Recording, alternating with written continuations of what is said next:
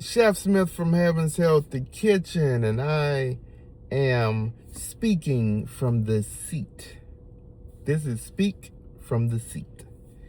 And a huge misconception is with the old lovable soybean.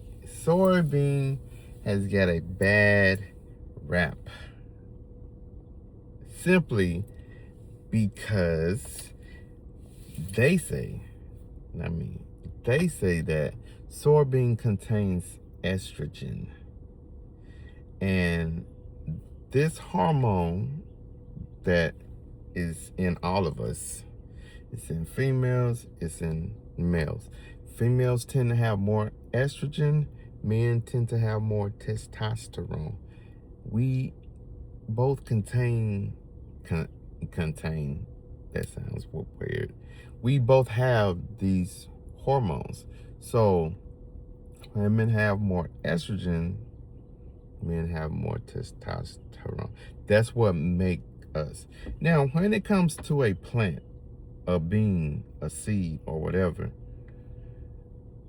plant life and human life, or plant DNA, human DNA, is not the same. You cannot say a soybean has the same estrogen hormone as humans have. That doesn't translate. So tofu, or no, not tofu, but soybeans do not contain the human hormone estrogen. It's a different type of estrogen that's in this plant. So let's not confuse it, because I've heard a lot of people say, man, I don't eat that soybean because I might start growing titties. No. No, if you eat soybeans, you're okay. Now, I would say do organic soybeans, tofu, tempeh. I'm probably saying that wrong, but edamame, do the organic version, because soybeans have been used so much, and they have been so popular that they have been GMO'd.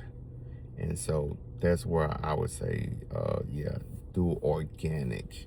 But no, if you eat 3 blocks of tofu or eat edamame or tempeh, you're not gonna start growing titties as a man, okay? All right. As I like to say, eat to live, and live well.